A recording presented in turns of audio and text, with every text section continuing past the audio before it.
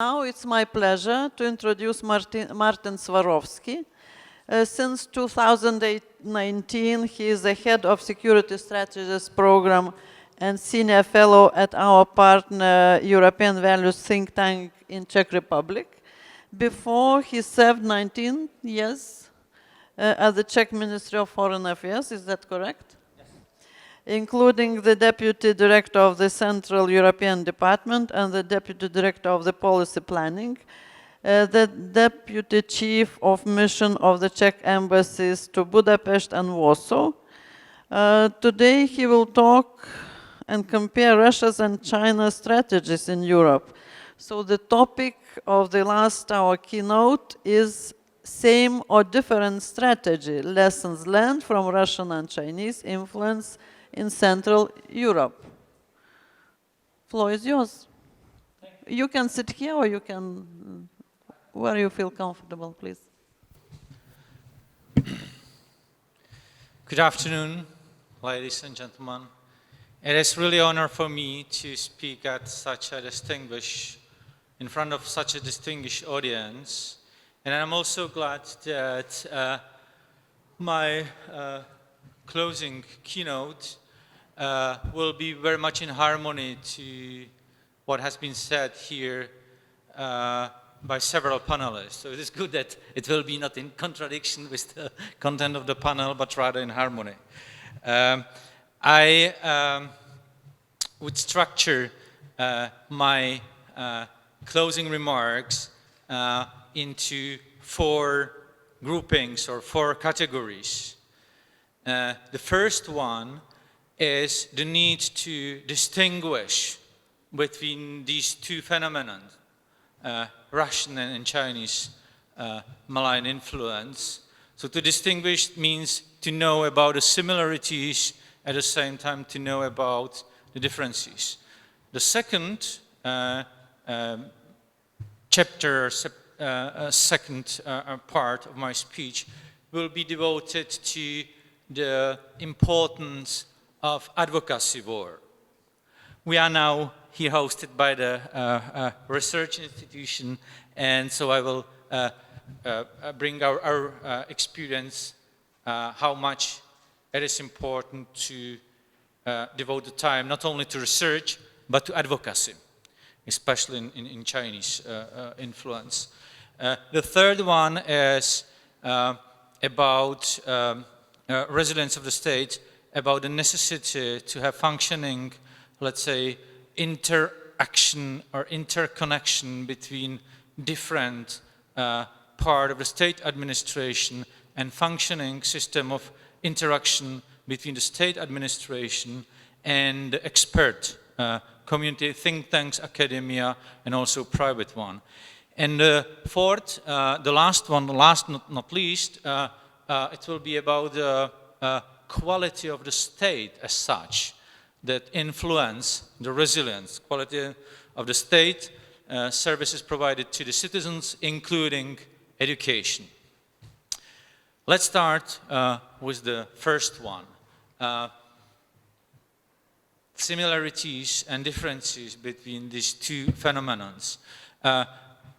Think tank where I work now, we are conducting now a research that is based on comparison of the content of annual reports of the intelligence services of European countries and United States and Canada.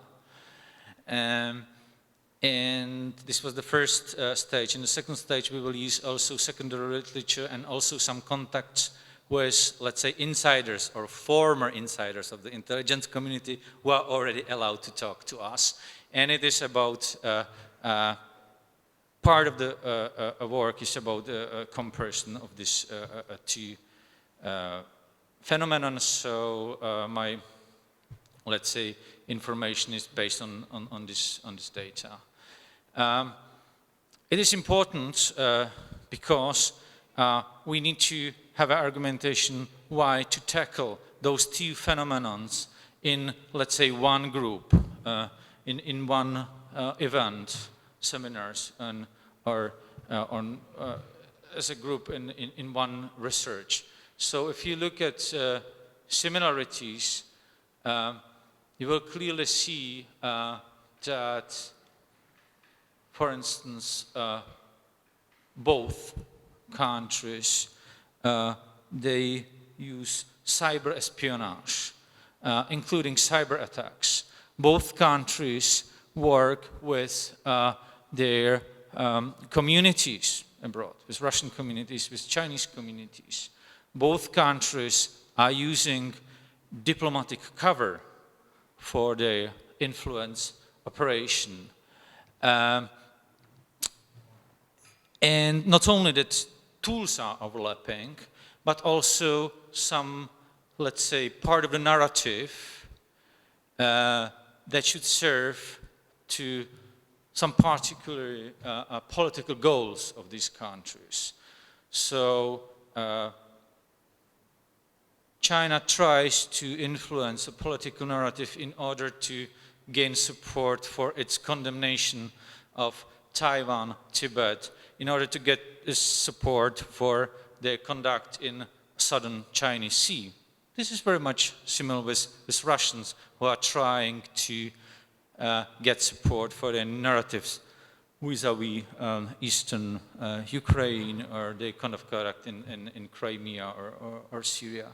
So you have these similarities, and all intelligence services are speaking about these similarities. And also what is remarkable is that the target groups of Chinese and Russian influence operation are the same. Clearly, if we speak about elite capture, in my country, these are the same people. So people who are inclined to be corrupted by Russians, they're inclined to be corrupted by Chinese as well, being a political elite, business elite, intellectuals. So knowing these similarities means that also some measures, countermeasures, increasing our resilience will be pretty much the same. At the same time, it is important to be aware about the differences. And because there are differences, you cannot apply the completely same approach for coping with these threats. If we are organizing yearly Stratcom summit in Prague, and if our American or British colleagues would come, they have always this advice to apply what they call whole government approach, which is pretty clear in their case, taking into account their global interests.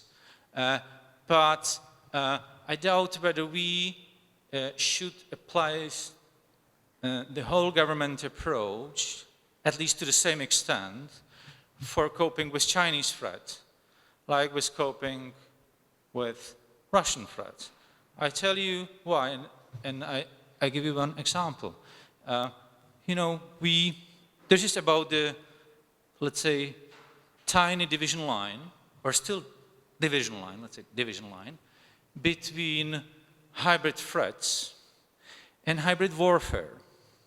So I use the term hybrid, even though I know now it's trendy rather to deny it was trendy to deny the hybrid. But as long as you see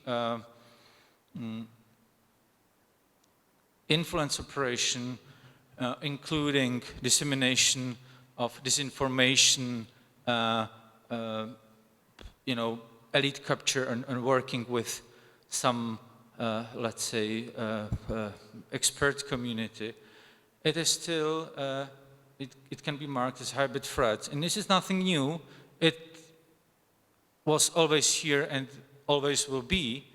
But then, if you recognize behind those operations that fell into the category of hybrid threats, a really strategy of the adversary, I mean here the military strategy, then you go to the hybrid warfare. And since, I'm rather focusing on this security military issues, I can say that Russian operations is part of the hybrid warfare. Not yet the case in China. I tell you, to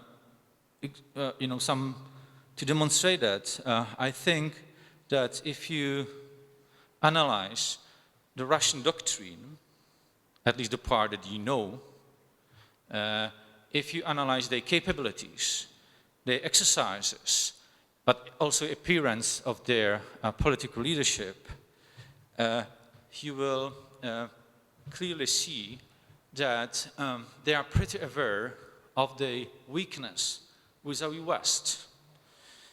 So even though they would wage conflict or the war with the West, because they build also part of their legitimacy on the ability to wage a war, then the strategy certainly will not be to defeat the West, like it was the case of the Soviet Union.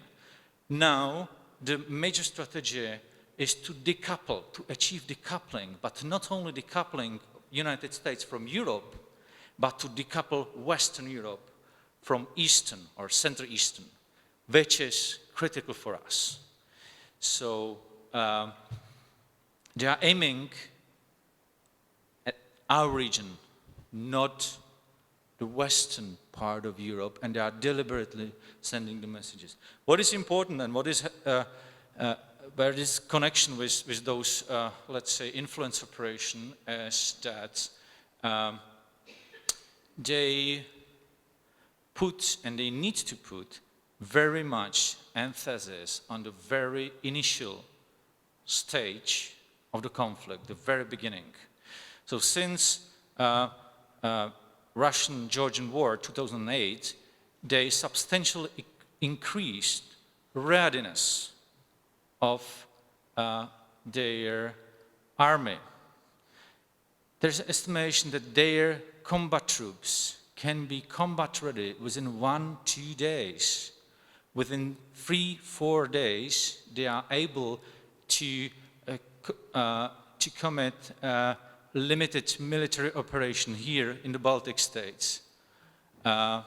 Within 8 to 10 days, they are able to conduct here in the Baltic territory what we call major joint operation. Within 30 days, they are able to mobilize, I don't know how many of divisions. This is the pace that NATO cannot compete with. The speed that NATO cannot compete with. So the strategy is built on causing strategic shock at the very beginning of the conflict, and then, and now I'm coming to the connection with the hybrid operation, then cause strategic shock, and then to offer some reasonable solution, reasonable political solution. I think this is their strategy.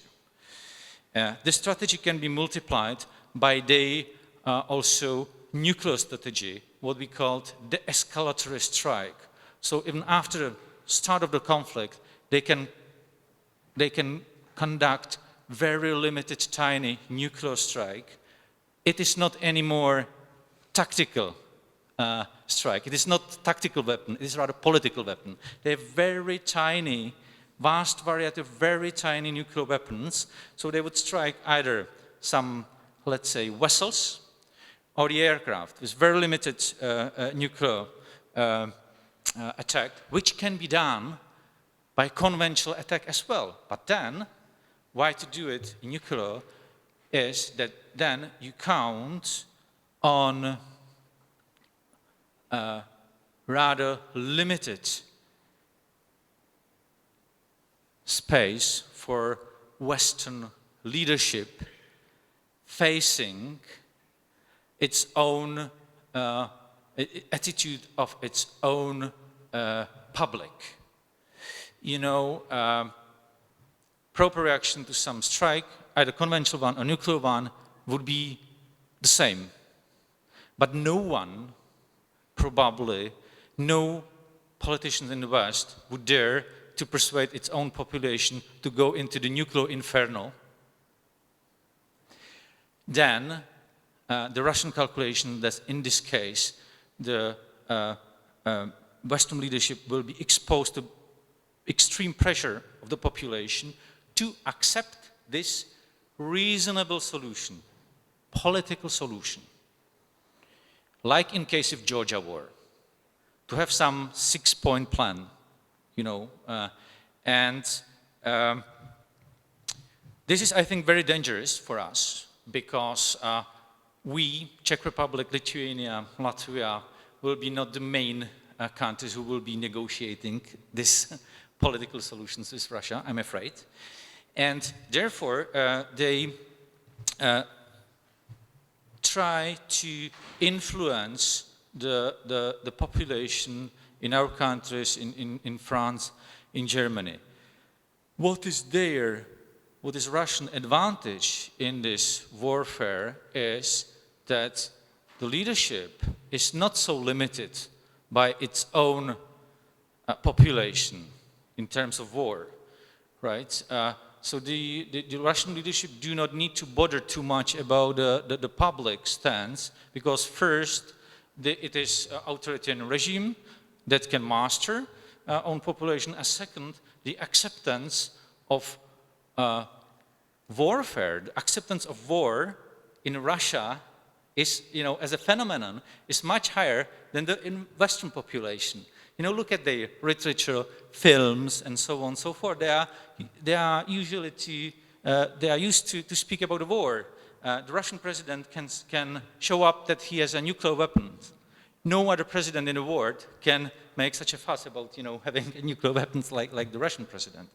And what is very important here for our topic is that they precisely know that this advantage of Russian political leadership, that they will be not exposed to the pressure of the population, is applicable in the peacetime. Now, you can measure it, that this is the advantage taken into account rather pacifistic population in the West. But then, once the conflict starts, then you cannot count that you will keep this advantage.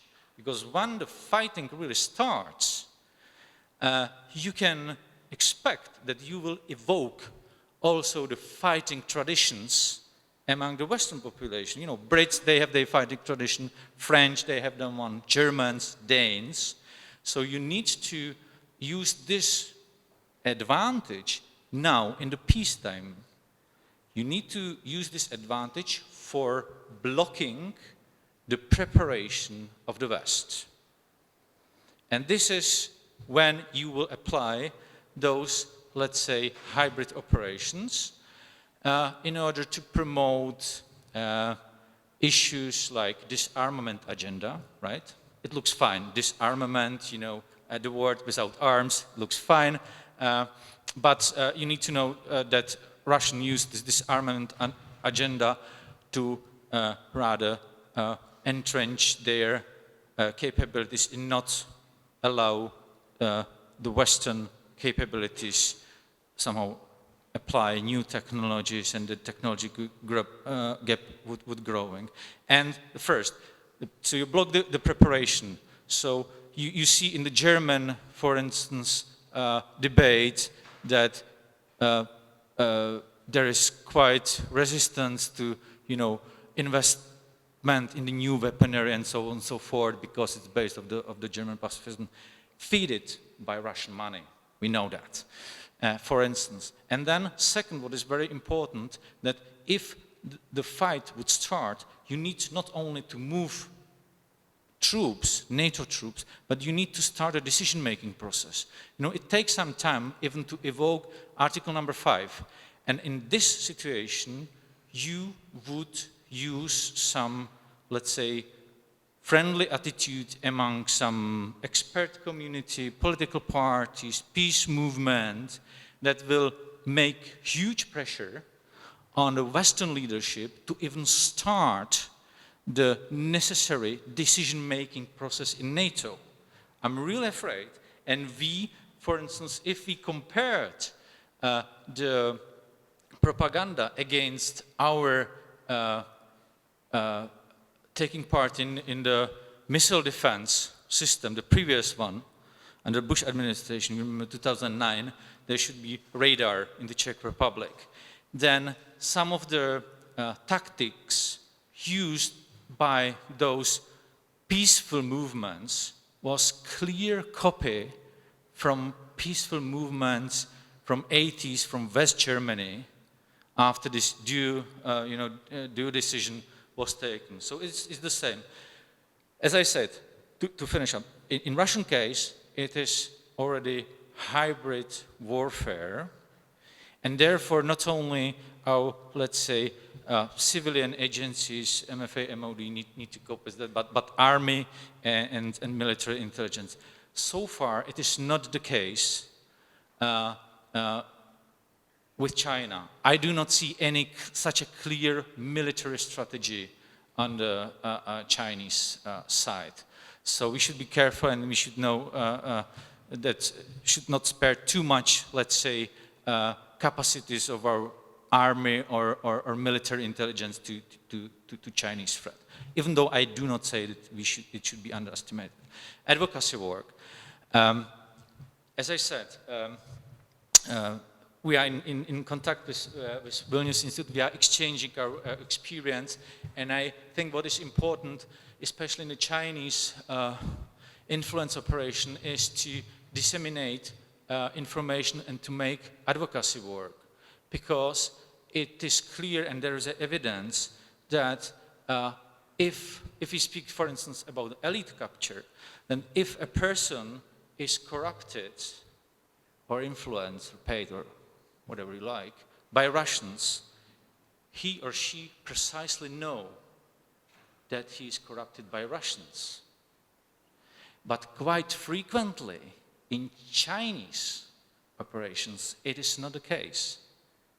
Quite frequently, this person, being a decision maker, does not know exactly, because China use some interlocutors, proxies, seemingly private companies, enterprise. So, first. And second, in Chinese case, we tend to apply our, let's say, Western thinking on some Chinese phenomenon that has in the reality completely different substance. We tend to speak about, for instance, economic diplomacy. In our case, in my MFA, in Czech MFA, it is also, section responsible for economic diplomacy that deals with China.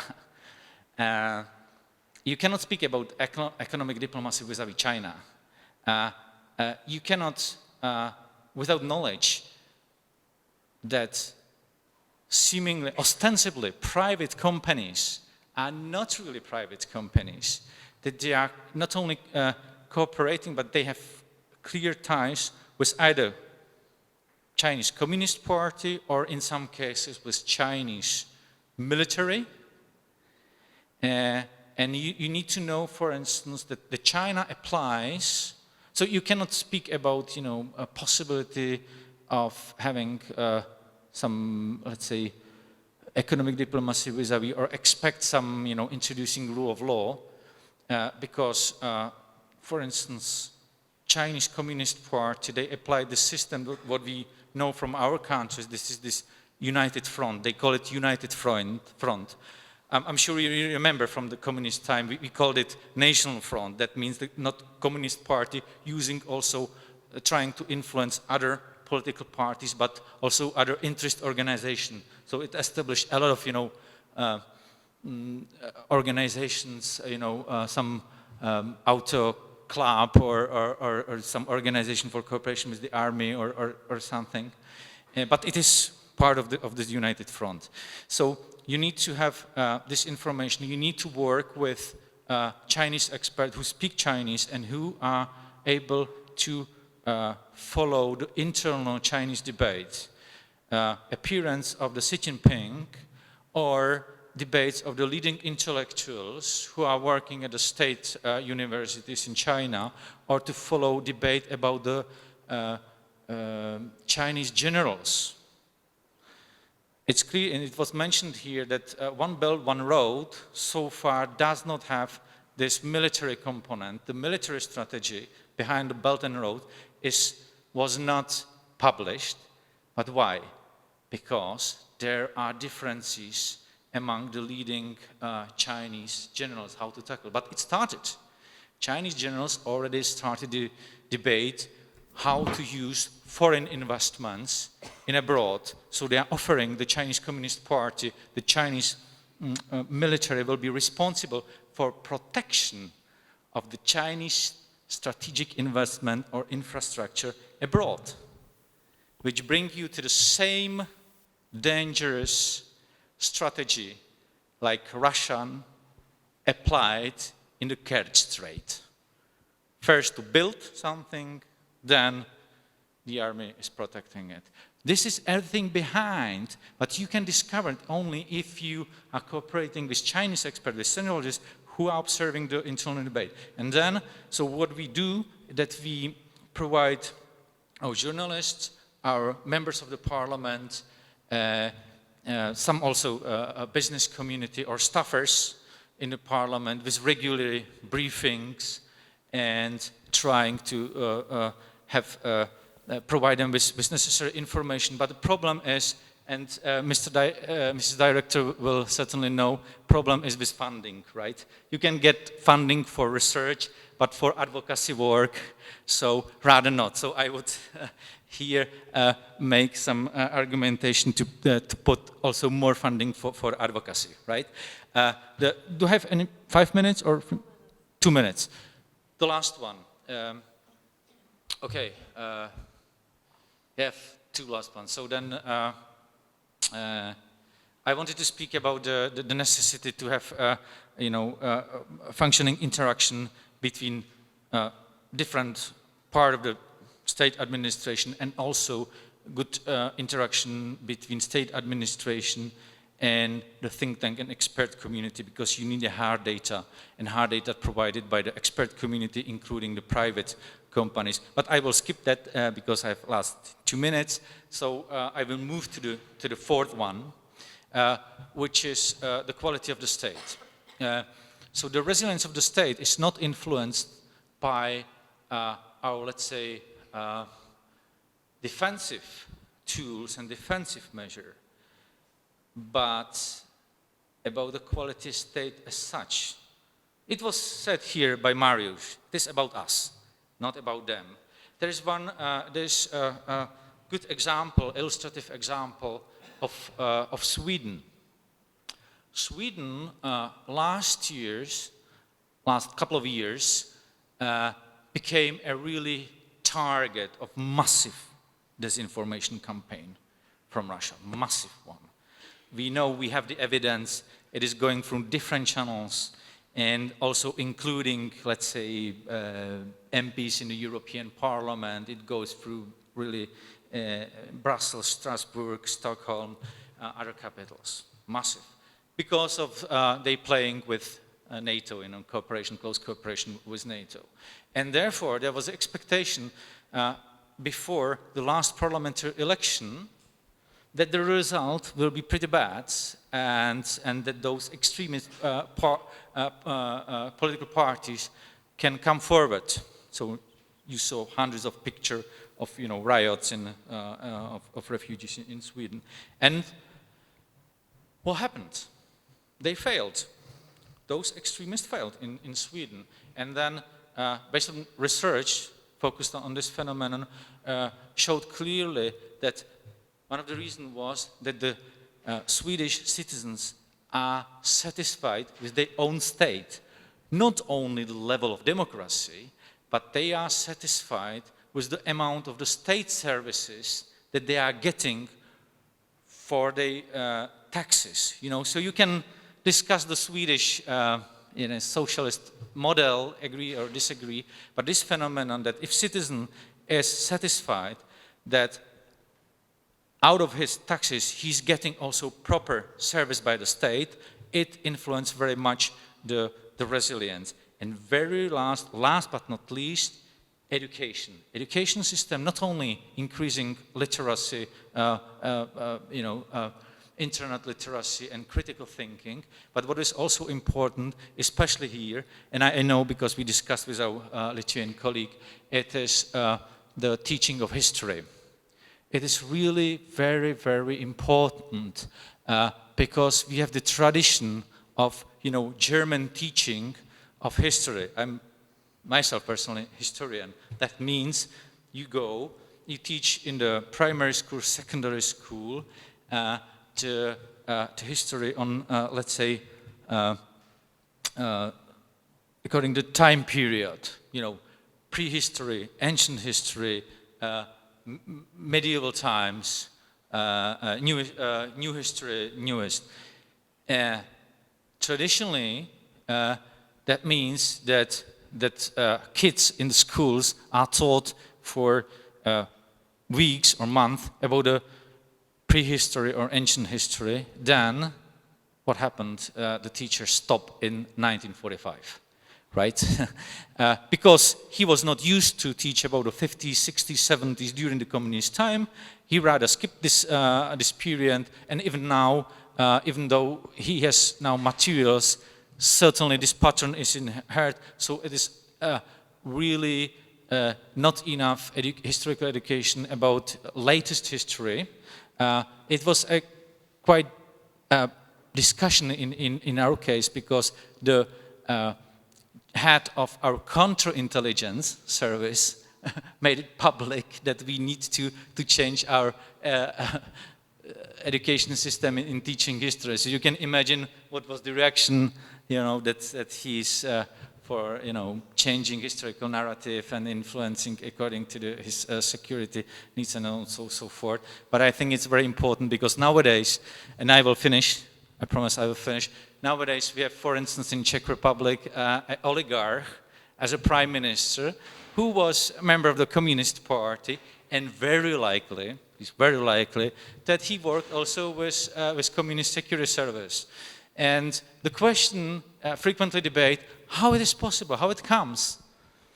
Yeah, it is possible because the part of the society do not care, and for the generation that did not live in the time of communism, for them, communism is as remote topic as 30 years war, right? So I will finish with, in Russia, here, надо сделать то, что сказал товарищ Ленин, учиться, учиться, учиться. Thank you. Thank you. Thank you. Though I doubt, but I have to ask, are there any questions? We can take few. Okay, as I doubted, there are no questions.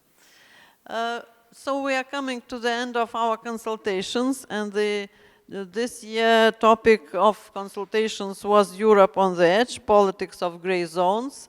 So what can I personally take from this day? One thing I'm thinking, I should not be fooled. My personal data should not be stolen. Yes, there are shadow actors who are laundering their reputations. We should think critically and doubt a lot. Is there optimism in my heart after this day? Because there were a lot of pessimists. Still, I think we have a lot of optimism. We need to have optimistic lives for our kids, but for that we should work hard and recognize the changing world. So the strategies, how we look at the world, of course they are changing. Also in our advertisements we were writing that we will talk about criminology, sorry, those two words are close. Yes, so we were talking about criminology, about e-manipulations. Yes, we were talking about e-manipulations, deep fakes, so on. We were advertising that we will talk about oligarchy. So nobody answered the question what oligarchy means. Oligarchy is oligarchs and Orthodox Church, and Dima Adamski mentioned church or religious influence, especially in Russia, and especially in Russia's army, to strengthen the spirit there. So this is oligarchy. That's one power. And the last topic we were advertising was China's arrival.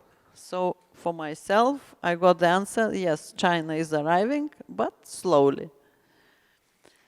So we came to the end. On behalf of our Vilnius Institute for Policy Analysis, I would like to thank you all being here the whole day. Topics were difficult and the day was quite difficult for us all. We will stay in contact with you and we will share the key points that will be developed after the Vilnius Consultations based on the presentations we had here. And thank you very much. Goodbye. See you next year.